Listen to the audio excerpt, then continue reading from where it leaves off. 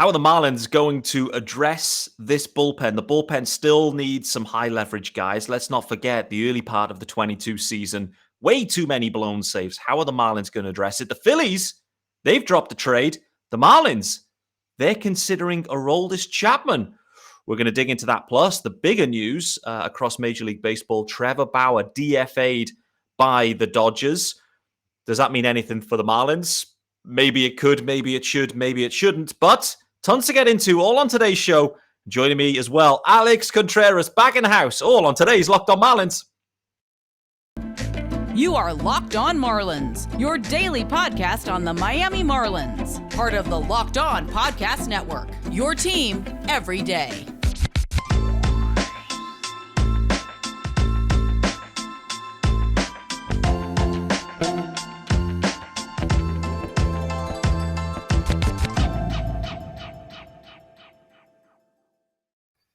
Greetings from England and welcome to Locked On Marlins, your daily Marlins podcast. I, of course, am your host, Peter Pratt. Hit me up on Twitter at @MiamiMarlins_UK. Subscribe to the pod. And yes, there is a YouTube channel if you're watching. Hello.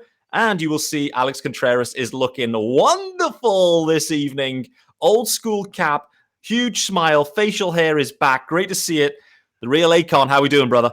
Doing fantastic, Pete. Thanks for inviting me on. It's always a pleasure to join you and say hello to everybody on Locked On Marlins. Absolutely, mate. A lot going on right now. A lot of rumors, a lot going on in baseball in general. The NL East continues to get better. The Phils dropped a big trade the other day, getting a lefty reliever. The Marlins potentially looking at a lefty reliever. Let's start there. Aroldis Chapman. He was thrown from what looked like 45 or 50 feet. It was Sixto Sanchez range the other day. Potentially the Marlins are considering Aroldis Chapman. He has the pedigree. I'm not sure if he still has it as such, but what's your take on this one, mate? Should the Marlins be taking a flyer on Aroldis Chapman at this point? Man, I think it gives you a competitive edge. Say what you want. The guy came from the AL East with the Yankees. He knows what it is to be under pressure. He helped the Cubs win a championship. He started his career off with the Reds. The World Baseball Classic's right around the corner. The first time the world really got to lay their eyes on Chapman was when he was with Team Cuba. And that stunning, I think it was the first or the second World Baseball Classic where they faced off against Japan. That's the beauty about baseball. We never thought it was going to be Japan versus Cuba in the final. And we saw this electric kid stud throwing 102, 103, 104 easy. And I was like, holy cow, whoever can get that guy must go get him. I always wanted the Marlins to go get him. The Reds ended up getting him. And then, the Yankees went out and got him. And if the Yankees want you, you're obviously doing something right. They don't want no scrubs. But yeah, I mean, he's a free agent now. He had a stumbling at the end of the last year with the Yankees. He missed out on a team workout before the playoffs started. The Yankees told him, hey, you know what? You know how to count? Don't count on us. You're off the team. You're not going to the playoff roster. That was kind of cutthroat, Yeah, it was. But at the same time, like, you can understand that it's about the team. The team's goal is to win a championship. And that's the type of mentality that you want for your franchise and organization. That being said, I think it was a hard lesson for him to learn.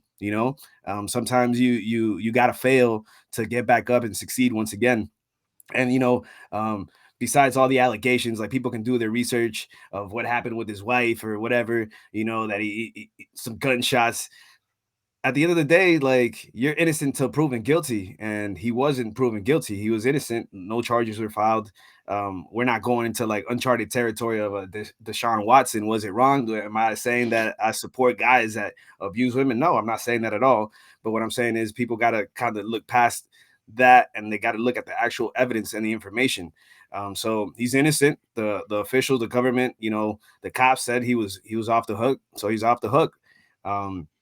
I think he lives in Miami. I know he lives in Miami. He loves it here in Miami. Miami, like, it's a heavy influenced Cuban community.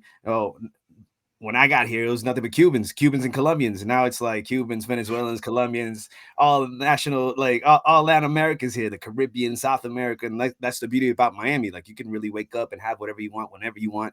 I had some Cuban coffee. I went and got some un sancocho, that's a Colombian soup. Like, that's beautiful. Like, and I feel him, like, look, if he can really circle around and say, hey, I'm open to playing for the Marlins, which it looks like this is his only shot right now. But for some reason, teams don't really want to express too much interest in him, and I don't know why. But this is a good opportunity for Kim to wake up and scoop him up. What he gives you a competitive edge. I love him. I love him because maybe he turns out to be a lights out closer for us, and that's exactly what we need at the back of the pen. Maybe not, but he's another lefty option that we would need in this bullpen. You talk about you want to make the team better. He's definitely going to make the team better from all our internal options. Why not? That is a wonderful description of Aroldis Chapman. I'm glad I asked that question. I'm glad we started there. The points that you make are valid across all the wide range of points to be made about Aroldis Chapman. And when we look at, you just look at his career, the dude has got over 300 saves, over 300 career saves. It's one thing we said last year that because Flora was hurt, the next thing is you were thrusting Anthony Bender into the mix, then you were thrusting Cole Sulser, then Tanner Scott. Like, the ninth is a unique inning, and it was clear that the ninth was getting a little bit too big for these guys. One thing for sure is that the ninth inning will not be too big for Aroldis Chapman. The Marlins have nothing to lose. If Aroldis Chapman has no offers and the Marlins are the only ones that are willing to give him a chance, he's living in the area now. He likes the area. For Aroldis Chapman, it makes sense. For the Marlins, it makes sense. It's kind of a buy low candidate. Listen, if things go sideways, you have a short-term deal, there's ways the Marlins can get out of it. However, if it's older Aroldis Chapman that's back and he's hungry, all of a sudden the Marlins have got a closer that has been there, done it, seen it, and like you said, makes the pen better. For me, it wasn't my first choice, for certain, but the way this offseason is playing out, I've got to be honest, we're getting to the point where this now is option A, I think, from a closer perspective, unless they just try to do something internal. What kind of money, what kind of deal is Aroldis Chapman looking for at this point, though? Is this going to be like a 1 year, $8 million, 1 year, $5 million? Like, what's he going to be asking for, do you think? Honestly, if the Marlins could give him a 2-year deal, make it happen, but like you said, it's a buy low, sell high candidate. The franchise has a history of picking up relievers, closers in the past, days before Peter Pratt covered and Locked On Marlins and everything. I'm talking about Armando Benitez. I'm talking about Todd Jones. I'm talking about these guys that were like lights out closers, and all of a sudden they had a terrible season. Marlins came in, scooped them up. They regained their mojo. And what better time to regain your mojo than with Mel Stoudemire Jr. being your pitching coach? He'll come in and tell, hey, Chapman, do this. So if he was electric before, like he lost something along the lines. Maybe it's all the years that he's been in the league, been exposed so much in the American League East, and the teams finally got to him. I think a change of scenery is going to be marvelous. It's going to do marvels for him. It's going to do marvels for us. And so we get him for a 1-year deal, let's say, right? You pay him the 10, you pay him 15 million. Fuck it, make it happen. Sorry about the F-bomb. But what I'm saying is, maybe he's doing so good that the guy has 20 saves or more by the All-Star game. And somebody calls you and says, hey, maybe we're in it, maybe we're not in it, but says, hey, look, we got a couple prospects that we want for Chapman. No brainer. Make it happen. Yeah. And if he walks away, hey, he helped you out in the short term, because we're not saying, hey, give him a 5-year deal, a 4-year deal. Nah, let's give him 1 year. And if maybe 2 years, but one is safe. One is definitely safe. I think it's a no-brainer. Yeah. He's going to be that older guy. He's a veteran. He's a professional. And the younger guys in the bullpen are going to be able to pick his brain. Why did guys like working with like a guy like a Mariano Rivera? You know what I'm saying? All the guys that worked with him, like a Jabba Chamberlain, right? Since we're going to talk about the Yankees, Jabba Chamberlain used to love picking Mariano's brain. Was it Tommy Phelps? David Phelps. I'm sorry. David Phelps, he used to play for the Marlins. He talked about when he was with the Yankees and how he has a cutter and how he learned from the great one in Mariano Rivera. So I'm sure that Chapman can sit down and talk with Tanner Scott, go eat his arroz and frijoles, you know what I'm saying, at Paraíso Tropical. He'll be happy. There's going to be nothing but Cuban food, his coladas every day, guaranteed, 305 and the 305. I had my coffee before starting this. That's why I'm running so fast. But when you start pushing some buttons, you know what I'm saying, maybe I'll pull out the tequila. Uh-oh. Well, let's just to kind of finish things up here on Aroldis. Let's think back. The Marlins right now, what we're seeing in this offseason anyway, is that it's been limited activity. And they obviously believe to a degree in their roster from last year. If we go back to the first half of last year, before the injuries kicked in and all of the excuses that then followed from the front office, the Marlins were hovering in and around 500 ball. And that was with an situation in the ninth inning. That March, April, May, they had no closer and blown saves was just a serious problem. They need to address that problem. They needed to address it last offseason. They need to address it this offseason. We can't just roll in with Dylan Floro and, a couple of lefties behind him. For me, I just don't think that's good enough.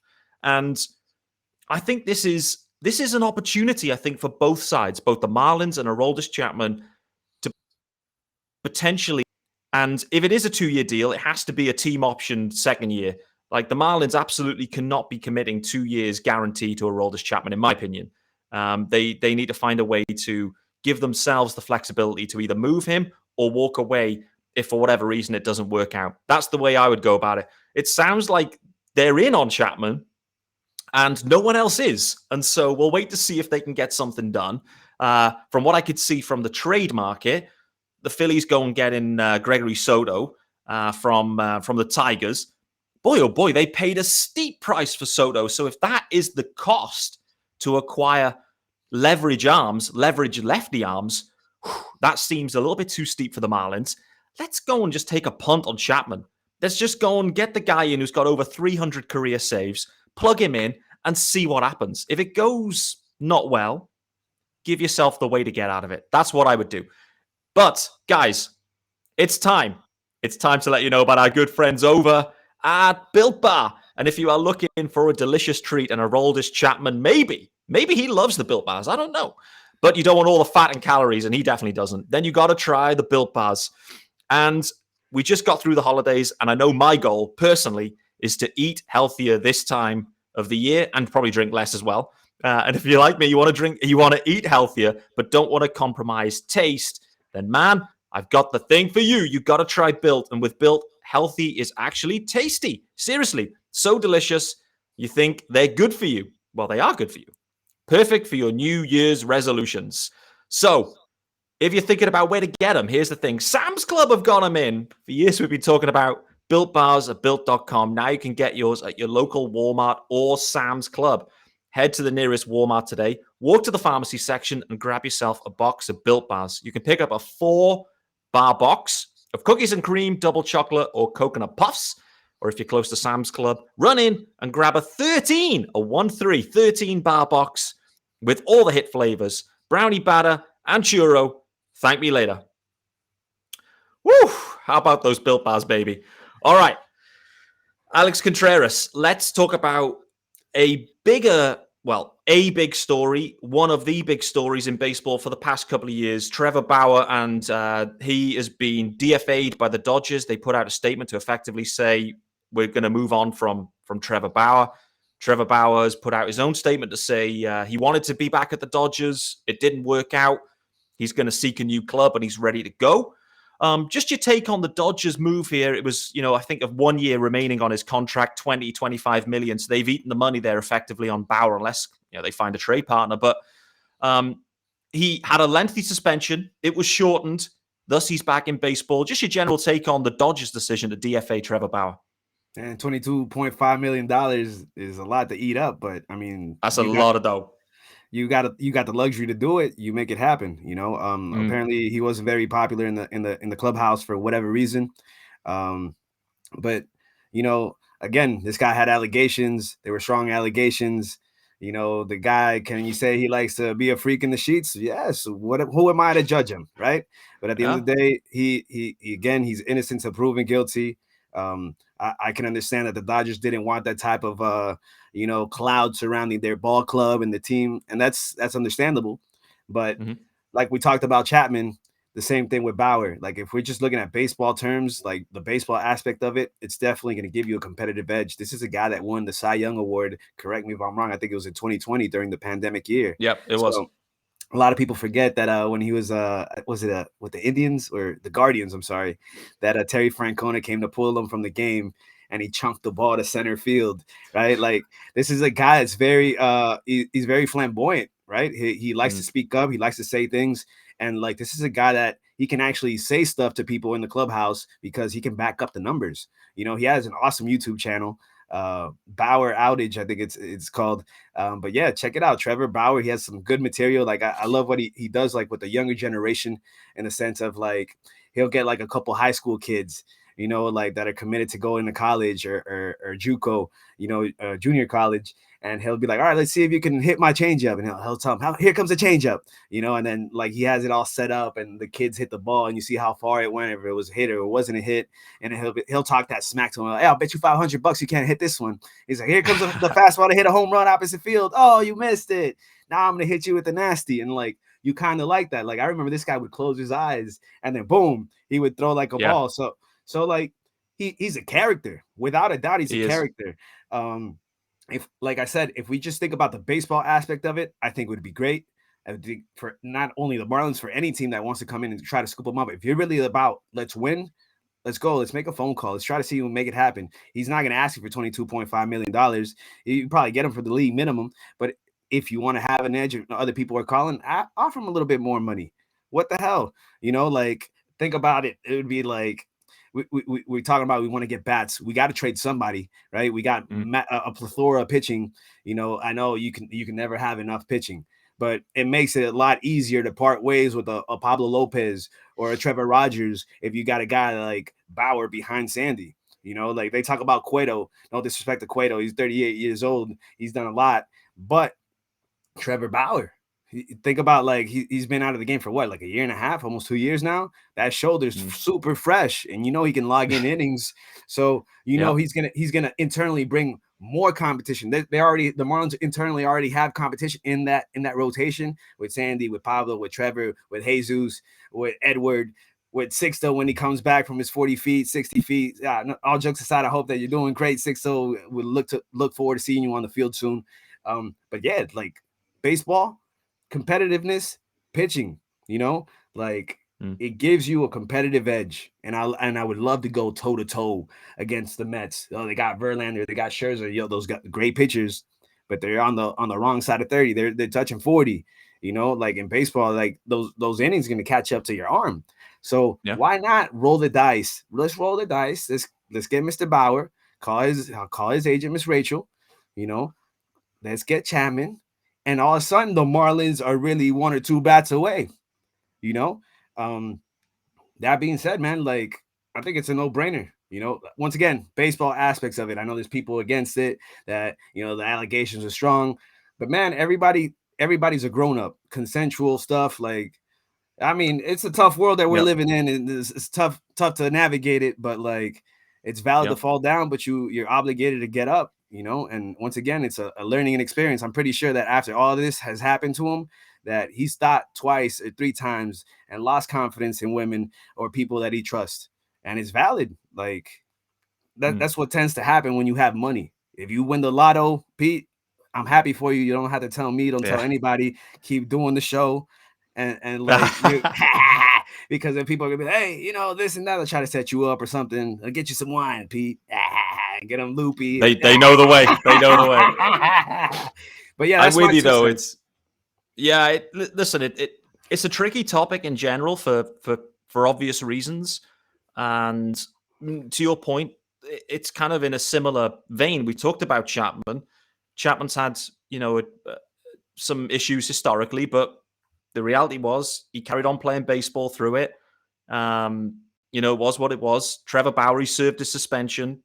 No criminal charges. It is a tricky topic. It's a tricky and thorny area. I put it out on Twitter to say, how would you feel if the Marlins acquired Bauer? And I have to be honest, it was very polarizing. Some people took exactly your view to say, we should absolutely be all in on Trevor Bauer. Why? Because, well, he's a former Cy Young pitcher. The Marlins, if they're looking to get some bats, we're talking about Johnny Cueto. Let's instead go and get Trevor Bauer, because you move a Pablo, you bring in a Bauer, you don't devalue your rotation, and you go and get a bat or 2. Baseball side, it makes so much sense. However, we can't deny the optics of it, and particularly the optics, which are extremely intense with the Marlins specifically, because what do you have for the Marlins GM? You have a female GM of the Marlins, and it would be very.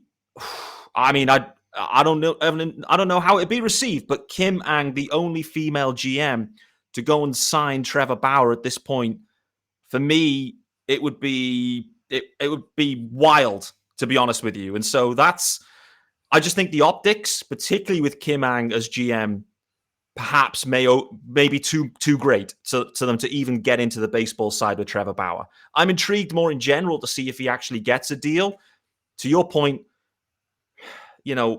baseball and baseball clubs, they're there to win. And there's no criminal charges. And okay, the Dodgers have decided to distance themselves. But he served his time. Other guys have had similar issues. They've served their time and they've come back. So gut feel is Trevor Bauer is going to be back. Do the Marlins want to roll the dice? Are they worried about the optics? It's a tricky situation, mate. I'm not sure which way they'll go, but if they look at it from a baseball-only perspective, they should absolutely be all over Trevor Bauer as they look to perhaps go and supplement the offense. But I don't know. Gut feel, where do you see Trevor Bauer landing? I don't know where I see him landing, but I like percentage-wise, maybe 45% Miami. I think if he could somehow, some way, if he can win over Kim, because you said it yourself, she's the first female GM in baseball. Miss O'Connor, the president, she's another female. Caroline O'Connor, she's another president in charge. Like I think she's the first president in charge of baseball operations and stuff. So like the Marlins are doing stuff that are opening doors for women, But I think if Trevor can somehow, some way, like have a real heartfelt conversation, I think it'll be good for him, like his reputation, his image, and I think it'll be good for the Marlins too. I think we got to put aside the male versus female type of thing, because just how there's good men and there's good women, there's bad men and there's bad women too. So it's just maybe he was at the wrong place at the wrong time. I think if it totally makes sense if Trevor Bauer has already. His team has somehow, some way, they got to look at trying to better his image, whether he was innocent or guilty, whatever. That he's trying to better his image. So I think this is a perfect opportunity. Yeah, for sure. All right, well, it's going to be one that will continue to be polarizing throughout. We'll all be closely following the situation, and we'll wait and see. To round up, final segment, want to talk about some trade.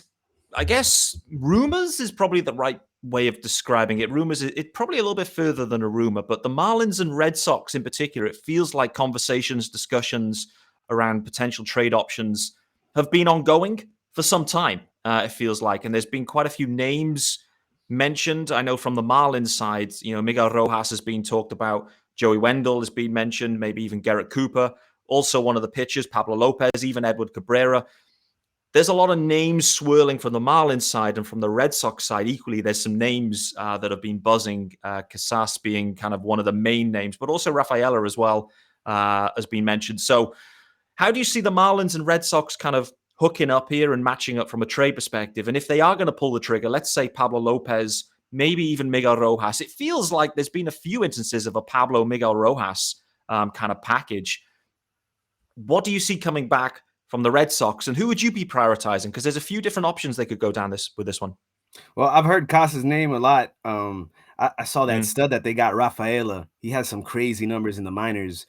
And this is not the first time that the Marlins and the Red Sox would hook up. Like they had a blockbuster trade many, many years ago where they traded some guy named Josh Beckett and Mike Lowell for some guy named Hanley Ramirez, who was an absolute stud at the time. And he came to Miami and he was tearing it up, and it gave us hope. If that's the type of deal that we're trying to swing, let's make it happen. Like I'm not afraid to say, hey, you want a Pablo, you want Miggy, Wendell, Cooper, or you want Rogers, make it happen. If it guarantees us getting a Rafaela, I'd rather do that. I think the ship has sailed on Brian Reynolds. But yeah, let's make an impactful move. Like Christian Casas, I think it was you, Peter, that posted a video of him hitting the scoreboard at Lone Depot Park, dead center field. And I told you, I was like, oh, damn, he got some pop. But then he did it with the aluminum bats. I was like, the Larry David in me came out. But hey, we can make that happen. If we can swing that for a Rafaela, who's an absolute stud, he's projected as a center fielder. Let's do it. Let's do it. Scared money don't make no money. So let's go out there, let's risk it, let's gamble it, let's make it happen. Like Kim talked about that she wanted to come and get now after our the podcast we had, I think it was the last time we did it together. We were like, yeah, we need 2, 3, 4 bats. So what do we need? Jesus Christ. And then she came out coincidentally and said, yeah, we need 2, 3, maybe 4 bats. So I was like, all right, cool. So we're on the same page. But meanwhile, like we've only signed John Segura. Welcome Jimmy Siggs to Miami con los Marlins de Miami Marlins. It must be a Dominican thing that they spell Marlings like Sterling Marte. But at least she got him. Does he move the needle a lot? He moves it somewhat.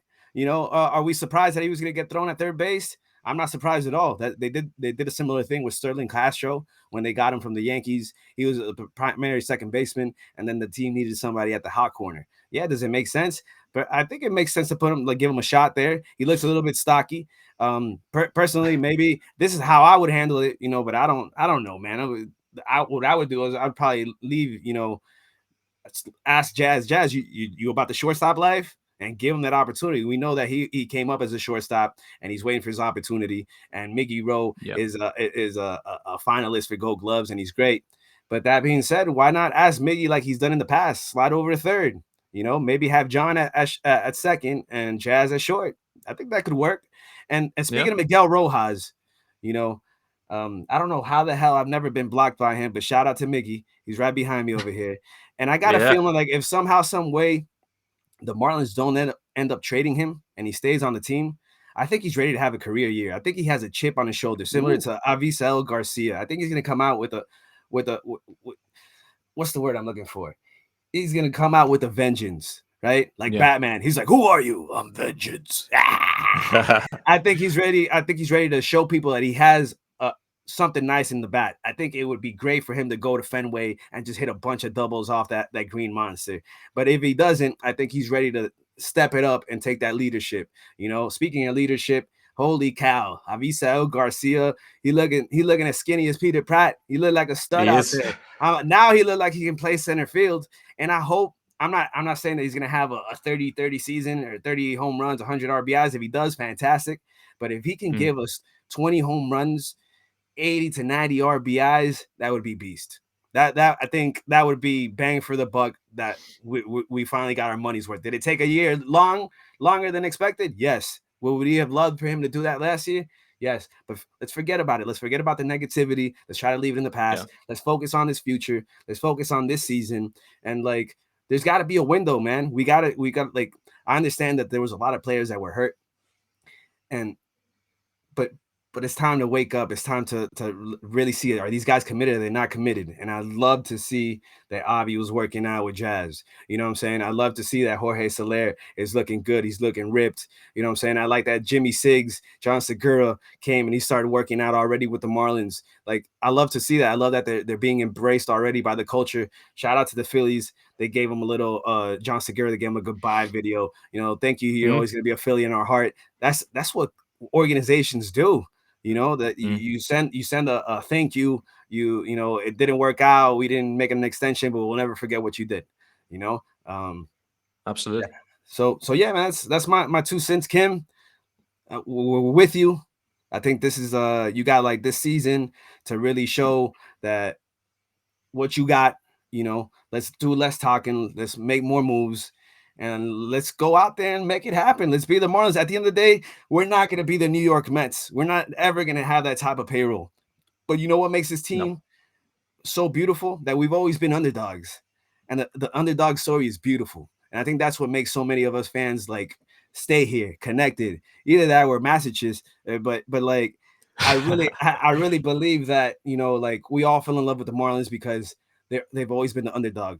When they faced, look, here it is. When they faced the mighty New York Yankees in the World Series, nobody was counting on us to beat them. Then we got these young kids that were on the rise. Josh Beckett was on the rise. He was having that beautiful curveball, knee buckling, the good old days. And then we trade him to Boston to get Hanley Ramirez, and he turns into Super Saiyan Josh Beckett out there.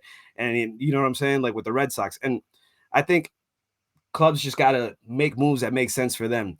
Did the Red Sox want Hanley Ramirez to be a Red Sox? He eventually did much further down the line, but The thing is that they knew that they were willing to win. There's a window. And if you see that window, you got to take advantage of it. Sandy Alcantara, he's only going to be around for so much longer. I hope he's a Marlin for life. Please, God, it's time for us to have a Marlin for life. We didn't do it with Miguel Cabrera. Let's not repeat the history. Let's really embrace the guy. Let's have our first ever, Miami Marlin and embrace it. And like, my bad, I'm going off the subject here, but I just love the Marlins. You know what I'm saying? We're all so critical about them because we care. If we didn't care, we wouldn't be there. You know what I'm saying? Like, I think that's why so many of us get so riled up on Twitter. Like, at the end of the day, be like, damn, we didn't take a break because Twitter is kind of like a mental drainer, but you love to see the passion, the pandemic season. Everybody says it was a joke. It didn't really count, but you saw all that joy that it brought to all the Marlins Nation, all the people riled up, bro.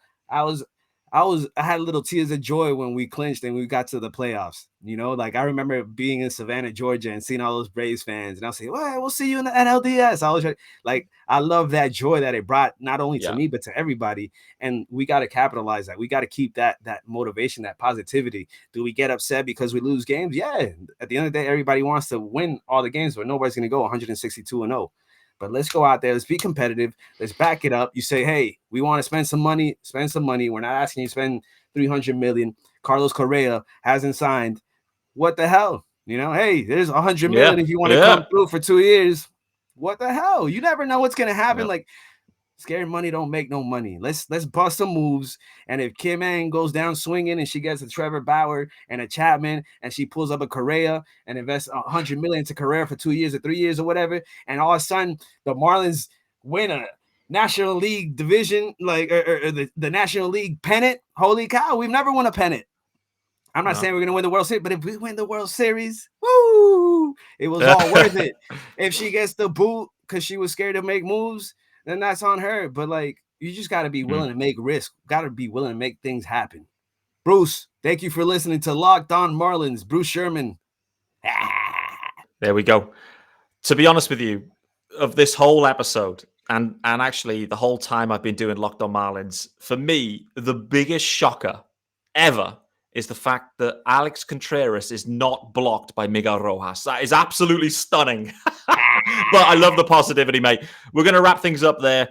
Thanks, everyone, for locking in to Locked On Marlins and making Locked On Marlins your first listen of the day. Alex Contreras, as always, absolutely dynamite on the mic.